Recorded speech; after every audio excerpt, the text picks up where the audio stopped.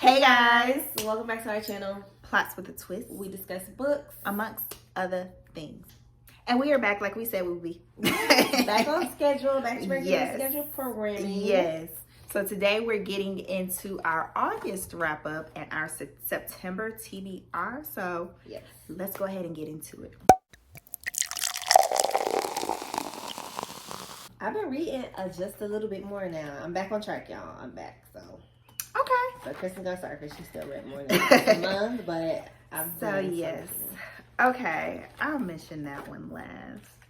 All right, so the first, I didn't take notes. I think I'm gonna go back and take notes on everything. That's what I was trying to do the past few days. It just didn't work. Oh, you read about this second? Mm-hmm. There's another one out that I meant to send to you. I think it was before this, like First Girls or something. Oh, the Final Girls? Final Girls, yeah. That was, I don't know when that came out, but that's on my list to read. Okay. So yeah, I read a Riley Sager. The only one left, I believe that's his latest. Mm-hmm. So I've read two Rileys. Yeah, I've read two. I read Home After Dark and who's the other one? The one in the hotel. I can't remember the name of it. But yeah, so this is my third of his. He's kind of that not necessarily horror. He does kind of get close to the teetering the line of paranormal horror, but he's kind of like that mystery thriller type suspense writer that I think is a good bet. So this one, the only one left. Ooh, names. Can't remember them. That's okay. Focuses on a character. Oh, her name is Kit. Did I make that up? You want me to look it up? Yes, please. I've literally that's just the only one did I read that? That was the first one. I think it was on my list. Anyway. But she is a caregiver. So it's set in like the 80s. So she's not necessarily a nurse, but she's a caregiver and she's been disgraced. She's been placed on administrative leave. What's her name? Not Lenore. Lenore is the Kit McDeer. Look at you. I literally thought I made that up. Okay. So yeah, Kit is on administrative leave or suspended from her job because she's suspected of having something to do with the death of her last patient. And so she is living back at home with her dad. He's not really talking to her and she's just lonely. She's lonely. She thrives to get back out there in the world and get back to work. But of course, things happen. So eventually she's thrown a lifeline from her boss because she's found with no wrongdoing in, that instance. So they have no choice but to let her return to work. But he gives her the most undesirable job as the caregiver of Lenora. Can't remember her last name. So Lenora is this infamous alleged murderer. So basically Lenora's family was killed one night. Her dad and mom were like stabbed to death and her sister was found hanging in their family home, and Lenora was the only one left alive. And so she's initially suspected of killing them, but eventually was acquitted and not and of course found no wrongdoing. So initially, of course, Kit was like, okay, if she's truly innocent, we both can relate. We both been accused of doing some horrendous things, and ultimately that's, Kit is kind of like, hey, maybe that's why I was selected. Or maybe it's because people in the town, she doesn't like her. There's this like nursery rhyme around, not nursery rhyme, but this like chant or rhyme about Lenora, where people believe that she did it. So maybe Kit feels like she's selected because if she did kill her last patient, people wouldn't mind if she killed Lenora as well. So so she gets there and Lenora is mute and has had multiple strokes and only can use her left hand. And so she has to kind of heavily care for her. She realizes, she's not in harm's way with her. So Kit realizes she was hired because the last nurse or caregiver went missing or she left in the middle of the night. And they were all kind of like scrambling to get, you know, Lenora the care she needs. So Kit, you know, is trying to connect with Lenora, still a little hesitant, but turns out Lenora wants to tell her story once Kit introduces herself. Excuse Charlie. Sam is playing with her little Samus? ball. Yeah. Oh, my kitten. So Kit, the previous caregiver, Mary, she left behind a typewriter because Lenora can use her left hand to type, and kind of Lenora starts to type out her story in regards to what happened. So the chapters intertwine and jump to, you know, Lenora, what she typed out into, what she typed out, and alternating to what's actually going on. So things kind of start to happen at the house. The house is located on the edge of a cliff, so that's already a scary setting, and the house is literally leaning as the years is degraded. You know, the cliff is degraded to the point where the house is like on the verge of falling off the cliff. And just various things happen where Kit is questioning, you know, what's going on. Is this house haunted? Is there something more sinister going on here? What happened to the caregiver? Why did she leave in the middle of the night? You know, she's just starting to ask these questions and really get curious as to what's going on with Lenora, and ultimately what truth that Lenora wants to reveal to her. Well, pretty much I enjoyed the story going on and going into just how it was presented, how it kind of alternated. You were, as a reader, you still were guessing up until really the end of the story.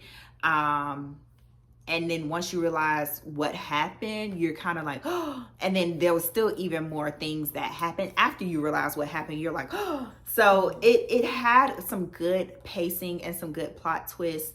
Ultimately, did I see some of them coming? Not necessarily. I guess one or two, yes, but one of them for sure I did not see coming. And then so I think it kept you guessing up until till things were revealed. But I just thought the story was really interesting. I do enjoy Riley Sager's books so far. I haven't come across one that's like, oh, why did you do that? Most of them, you know, it has some minor issues, but other than that, overall they're enjoyable, and like I said, they keep you engaged and keep you guessing. So yeah, I think it's a good read. Definitely a good psychological thriller, and yeah, I think, you know, you would enjoy it. So read. I'm gonna put it on my list. I have a couple books of his now on my list. I gotta go to the library. Okay, so the first book that I read in August was Homebodies by Tembe Denton-Hurst. So Homebodies follows this girl named Mickey. She's a young black writer, like early 20s, living in Brooklyn with her girlfriend. She has like a steady relationship with her girlfriend who takes care of her when she's like down and out. But she has like this cute little media job at I think it's like an online magazine where they don't really treat her that great, but you know, it makes her feel successful. It makes her feel like, you know, she's gone places just because of the status that the magazine that she works for has. Her world is turned upside down when she is basically fired from that job. She's let go. And then she also is kind of like coming to terms with her relationship with her girlfriend and how things may not be as stable and good as she thought it was. So it's given what's that book? What? The one with the girl and she worked in as the assistant and she got Oh, fired. was it Luster?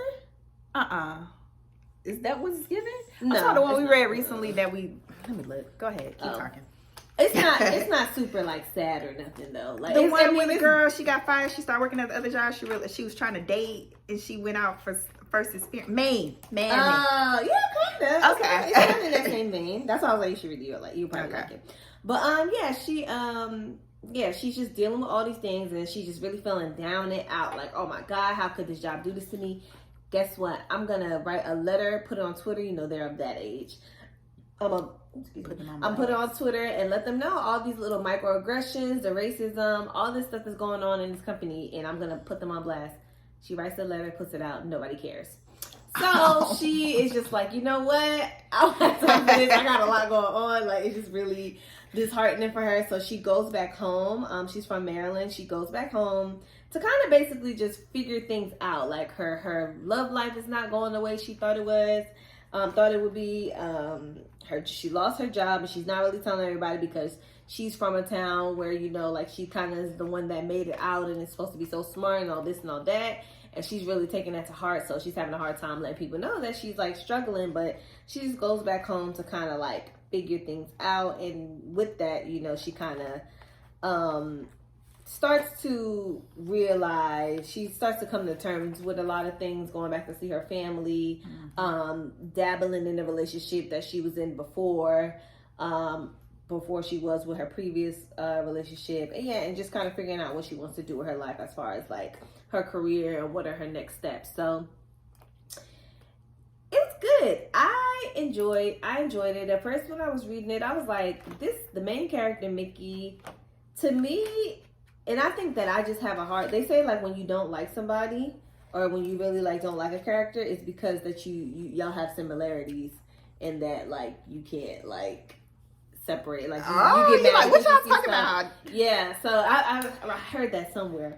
But also, yeah, I just felt like she was really, like, down on herself and hard on herself, I feel like, for losing a job.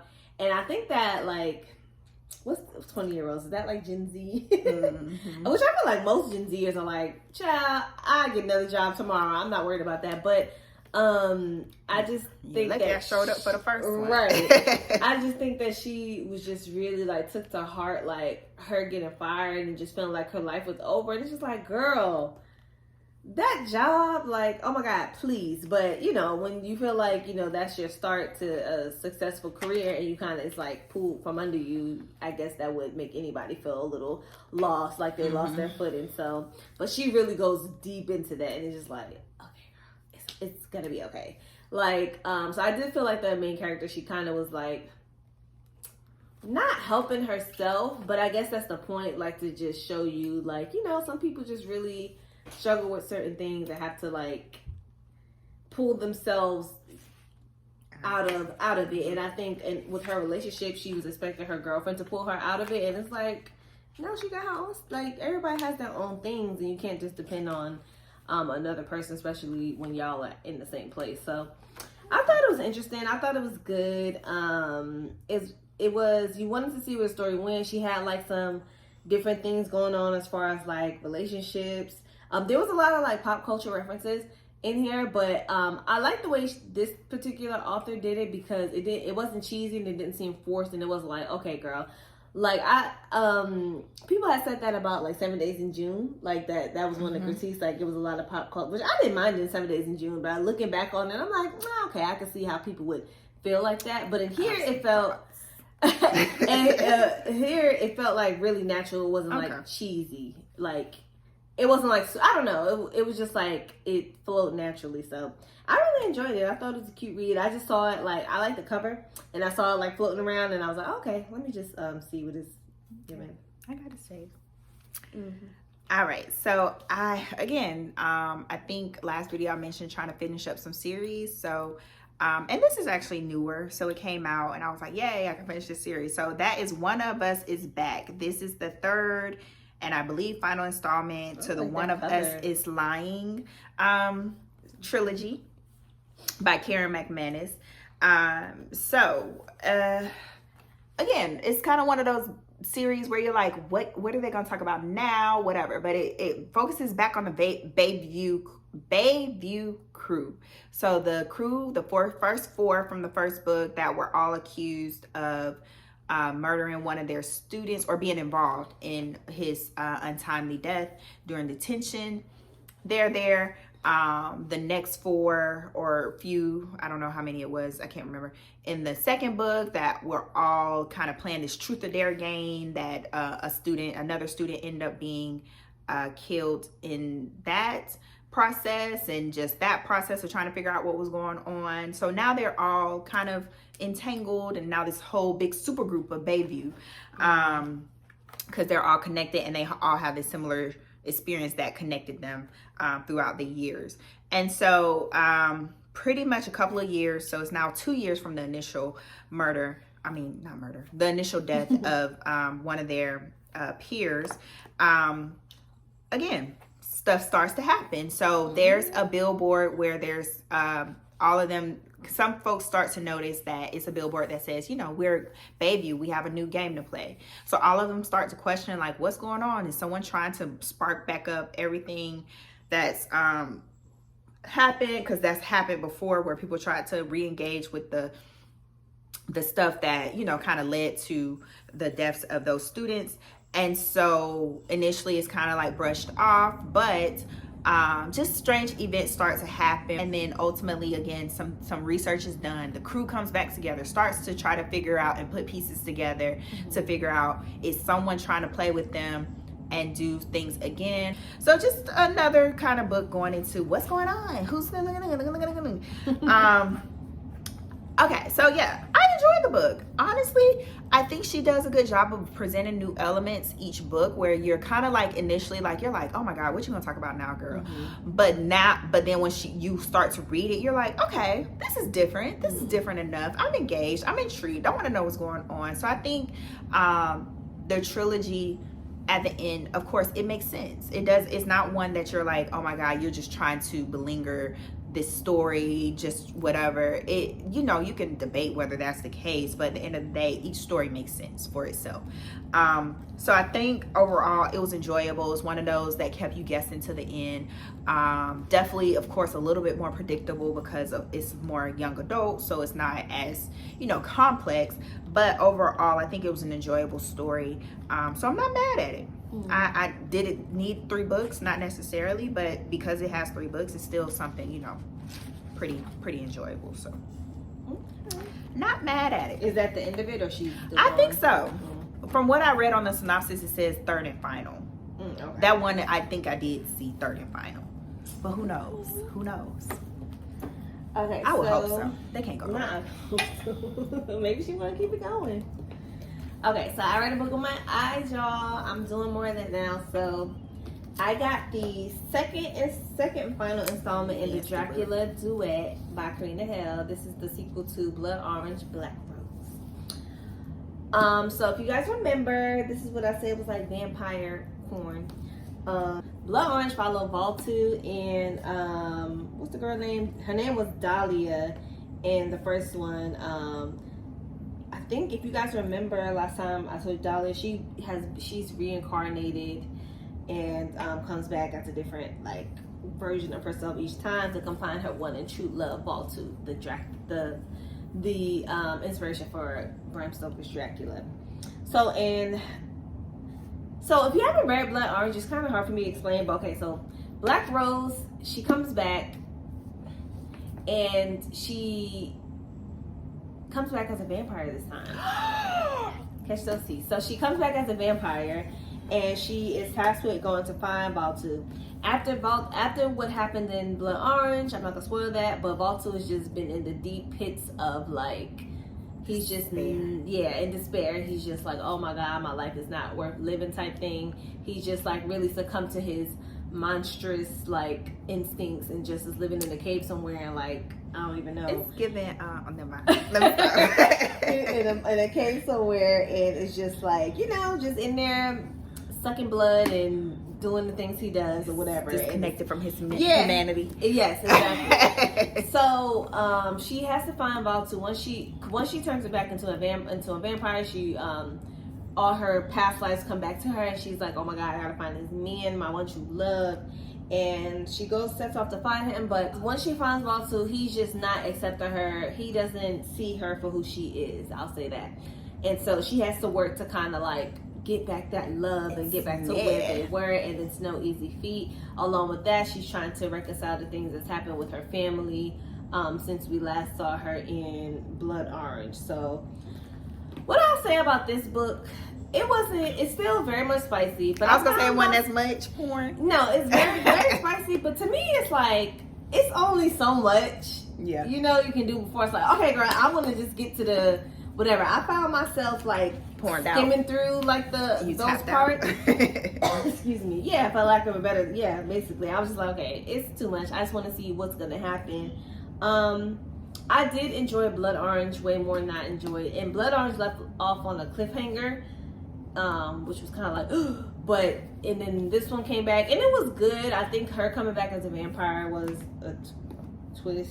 Yeah, I don't think it's spoiler because it's like in the first chapter or whatever. But yeah, it just didn't do it for me like the first one did. But it was good. It was, I had to finish it off just to see how their love story ended up, and I wasn't mad at the ending. I'll say that I wasn't mad at it, but the story, the time it took to get to the end and where they ended up, I was just kind of like, okay, we can kind of speed this up. So it was cute, it was fun, it was all things, but I liked Blood Orange way better. So okay, yeah. You want to read it? You want Blood Orange? No. Okay. I don't have the bandwidth right Yes, now. you do. Okay, so the last book I read for August was The Perfect Find by Tia Williams. Ooh, you want to watch Netflix with Gabby? This time wasn't good. Well, I see why. So, okay, let me talk about it. Oh my goodness. So this focuses on Jenna, not Jenna Jones. I think that's her name, Jenna Jones. She is down on her luck. She had a breakup that just ripped up her world. She was with this man for 20 years, had this nice cushy life. She was top of her field in fashion editing, and everything was all planned out for her. And then pretty much she broke up with him, had a nervous breakdown, burnt a lot of bridges, moved back home to Virginia, and was just she had a nervous breakdown. So she. Mm-hmm. And just just really kind of messed up her world. But so the book kind of starts with her kind of returning back to New York. She's based in New York originally, well, I guess Virginia, but back to New York, and restarting her life. So now she's working at a magazine, starting at the kind of like the bottom rung again with her former nemesis, Darcy, who they both were black women in publishing or black women in fashion editing, and but Darcy has rose to the ranks, has her own kind of media conglomerate that has multiple magazines, and kind of just threw Jenna a bone because at the end of the day she still respected her career even though she didn't like her. So now Jenna is working there. She's doing these little columns, and Darcy gave her a tall task of bringing in all this revenue, bringing in all these numbers and eyes. So pretty much Jenna is trying to build her life back up now, without this man, and now just kind of being poor and broke and just like at the bottom of her field again. She wants to get back out there, but she's hesitant. So one night she goes out with her friends at this like dinner, or they have this event, and she gets drunk and ends up meeting this guy, starts kissing him, hooks up with him a little bit, not like nasty hookup, but like the kiss hookup. And it's the most she's felt in a long time. And come to find out, he's a little bit younger than her.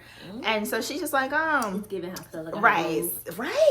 So they start, connecting, but then they're like, nah, bye, because her friends coming like, no, girl, come on. That's not who I set you up with. He's too young, this, that, and that. He's like, nah, I'm her boyfriend. Like, kind of like that drunken interaction. So she's ready to kind of chuck the night up as what it was. He's kind of ready to chuck the night up as what it was. But both of them can't stop thinking about that passionate kiss, but it's not to the point where it's like, oh my God, I gotta go find them. But Jenna comes to work the next day, and in walks him with Darcy. Not only is he now her new co-worker, he's Darcy's son. Right. Not your arch nemesis son. Right. To pay that. So Jenna is 40, he's 22. So pretty much they have to work together because he's a videographer. He wants to be a director one day. And pretty much they're tasked to come up with a concept for a web series. And so now they're forced to work together and had this, intense first encounter, but starting to get to know each other, have a rocky start. They start to kind of really like, did I even like this person? But things start to those walls start to break down, and there ensues this connection between the two that neither one of them can deny. And so they become very much entangled with each other. He has an old soul, Jenna has a younger soul, so somewhere they meet in the middle, and they're just able to bond and connect and go on this fanfare of love. And so it's of course messy because it is her nemesis son, and her nemesis is very vindictive, like has already spreaded rumors about Jenna in the past, does deep dark dirty stuff like to get what she wants. And so they don't want her to find out, but it's just, you know, kind of a messy situation anyway, because not only are they dealing with the age thing, but just like a lot of other factors. And they work together, right? And they work together. So it just goes into that, and ultimately, you know, what they end up. Kitty, calm down. How they end up connecting and just kind of going on this whirlwind of, you know, their love, but grappling with everything they're having to deal with to actually try to be together. Jenna has, you know, sights. She wants marriage, she wants kids, and you know, he's 22. He doesn't know if he wants that. So they're having to deal with and confront that reality as well. So it's just going into that. It is set in like 2012. So I say that for a reason. But yeah, that's kind of the book. So okay, plot, you're like, ooh, this kind of good, this kind of juicy. So initially, yes, it was that. But I think some things, maybe, I'm glad I read 7 Days in June before I read this, because I don't know if I would have read 7 Days in June if I had read this. Yeah. I can tell that she's developed and, you know, kind of honed in on her craft by the time I got to 7 Days in June, because it was a little bit more streamlined, a little bit more, it flowed a little bit better. And it was a lot more engaging, made a lot more sense. For me personally, the relationship dynamic was a little bit cringe because I just don't like that big of an age gap. That's me personally. That's not you know, knock to anyone who does have, you know, a significant age gap. It's just, to me, I probably wouldn't be 40 dating a 22-year-old, but I don't know. I'm not 40 yet. So, but because I think how I think now, I'm like, ooh, right, that's a little boy. Doesn't right. So, but I think if you move past that, I mean, I did like their connection. I just wished it was fleshed out a little bit better, explained a little bit better. It's just like they went from 0 to 60. And it was like, okay, where was the moment? You know, she kind of said the moment, but where was the moment? Where was the progression? Where was the, oh my God, I'm in love with them being in love? I didn't get that. It was heavy on the pop culture references. It was heavy on the time reference. It was heavy on the social media reference, because Jenna, of course, was struggling to get on board with social media because it was kind of being developed and up and coming at that time. And it's just about 7 Days in June. I'm like, I didn't mind it. I didn't mind it in 7 Days in June. Maybe this she was learned how to tone worse. it down. Yeah, this was a lot worse. It's just, it's not a book that I feel like is aging great. Now the movie, I don't know if the movie fixed some of that, and I heard the movie as well. I heard it wasn't as good either. I heard it wasn't great, I wouldn't have cast Gabrielle Union, not because she's not a good actress. The character of Jenna doesn't give me Gabrielle Union. I saw in the who you would have put if you had to think about it. Just someone a little bit more quirky. I think that's what she was trying to strike with Jenna. Someone that is taken seriously, but really she's like a cornball underneath it all. And I don't get that from Gabrielle Union. I get like she King? Not maybe Regina, what's the other? Not Regina? King, Regina, that's what I meant. Regina Hall. Yeah, that's maybe Regina Hall. I always get them mixed up. Yeah, that's what maybe her. But not even her. I just can't think of anybody, but maybe if I have to think of it right now. I feel like she can do quirky, like it's funny, but yeah. Because I think that's the facade she was trying to portray, but I don't even think that was fleshed out. Maybe. Like, I'm just trying to figure out. Yeah. But even in the book, it wasn't fleshed out. Like, this is her professional persona, and this is the glimpse she gives him. Gotcha. It was still kind of like, oh, that's Jenna, but it's like, who's Jenna? So it was just a lot of opportunity in this book. I'm not gonna read it. I was gonna read it, but I'm not gonna read it. It's not worth it, especially. I mean, I think if you do happen upon it, okay. If you want to read it because the movie is Tubi. out, that's kind of why I read. Well, I had bought it on Kindle like a while ago when I first, and then I saw the movie. I was like, oh, I might as well go ahead and read that. But I think you could watch the movie and get the same point. But I just, I did. I don't even like how it ended for real. It was okay. It was okay. It was an okay book. It took me but that is when I read with my eyes. It took me forever because it just wasn't. It didn't grab you. Taking me the way I would have hoped. So yeah, I think if you go back and read her books, I don't know if Accidental Diva, I know that was like one of her first books. Oh yeah. I don't know if that was a little bit better, but I think if you start at 7 Days in June, you're fine because she has another book coming out next year. I saw on Goodreads something with the love letters or love story of Ricky something. I don't know what it's called, but I think if you like 7 Days in June, like you're not gonna hate this. You're not gonna be like, oh my god, I never should have read her. But at the same time, it's like, yeah, she grew. Yeah, she grew. All right, let's get into what we are reading for September. Okay, I got 5 books. Girl, I probably got 4. I have 4. Okay, so the first book I'm reading is Family Lore. I think I called it Family Love. I almost bought that when Elizabeth Acevado. Yes, I almost bought it when I was at the thing. They had signed copies. Yeah, I think but they wasn't like really signed. It was like a print. Printed, yeah. I think I called it Family Love when we talked about anticipated reads or something like that earlier this year. But Family Lore is it. So yeah, by Elizabeth Acevado, I got that available. So I need to put that on hold on Libby because I know it's probably gonna be an 8-month hold. That's why I'm reading it. Okay, what you got? Okay, so I started a book that I'm not halfway through, but I started reading this called All I Ever Wanted, All I Ever Needed by A.E. Valdez. I seen this like on Book Talk. She's an author and she has like a lot of books, but they're like on Amazon. And everybody's saying it's like she's like urban Colleen Hoover, but without the toxicity type. So it's romance. I've started reading it already, and I'll just say that it's romance, but it's like really cutesy, and like they're starting off as friends, and it's like really cute, and I'm like, like it's super cute, like without the and it doesn't have all that like other stuff in it. So yeah. Okay, guess what? I got that you're gonna be jealous. What? Black Girls Must Have It All by Jayne Allen. I think that's on hold for me already. You have it already? Because I've been keeping up with books. So that's the 3rd installment of Black Girls must be magic. Black Girls must be exhausted, or Black Girls must die exhausted. And then I can't remember the order, but this is the 3rd and hopefully final, because I have been vocal about they're okay for me, but I'm invested at this point. And again, Family on Laura. Okay. But and again, trying to finish up series that I've started, so that's kind of why. And hopefully this will be better than okay. Gotcha. I doubt it though. Okay, so next for me is A Perfect Marriage by Jenna.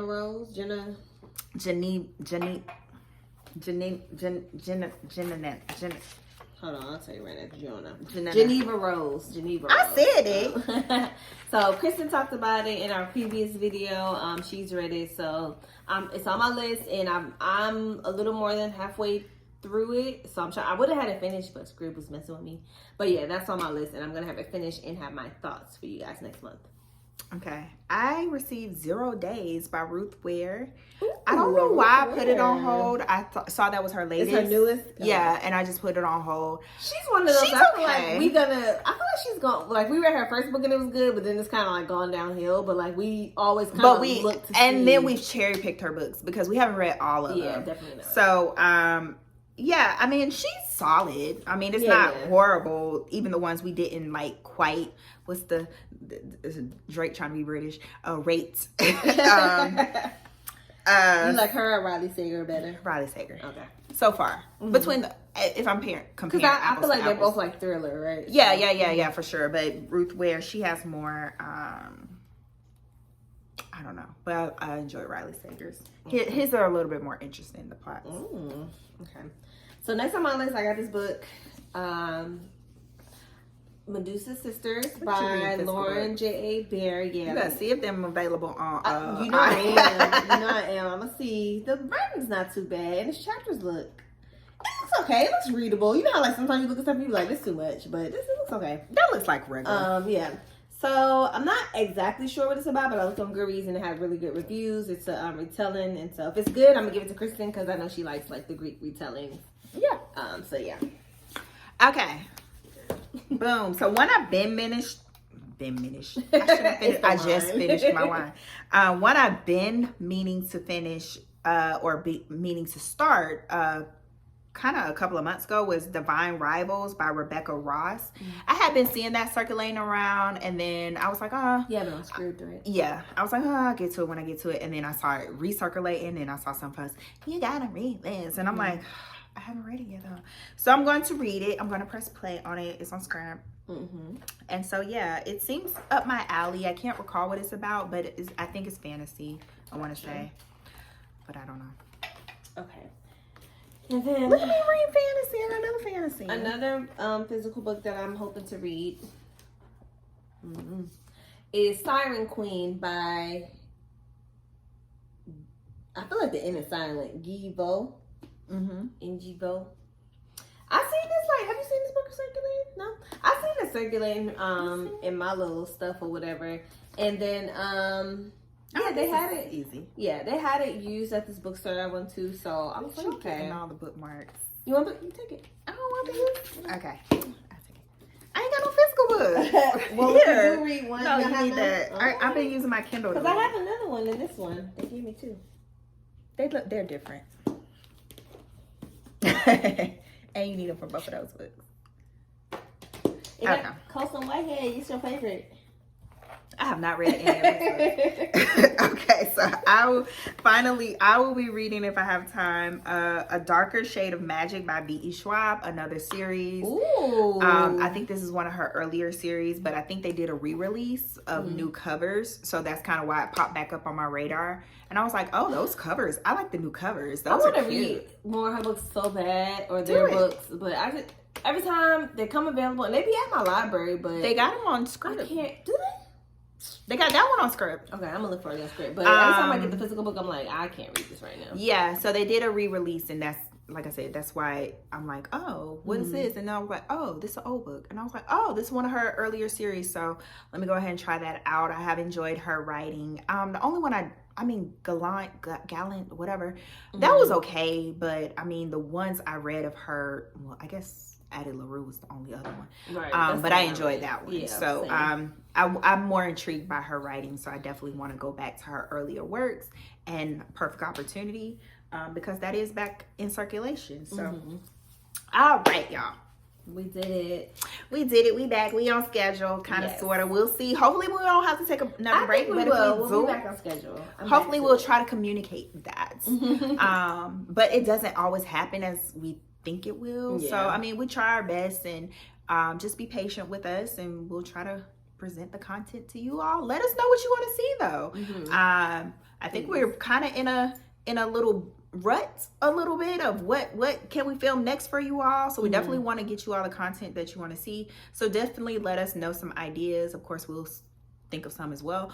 Like this video, subscribe, ring the bell, and we'll be back next time. Bye.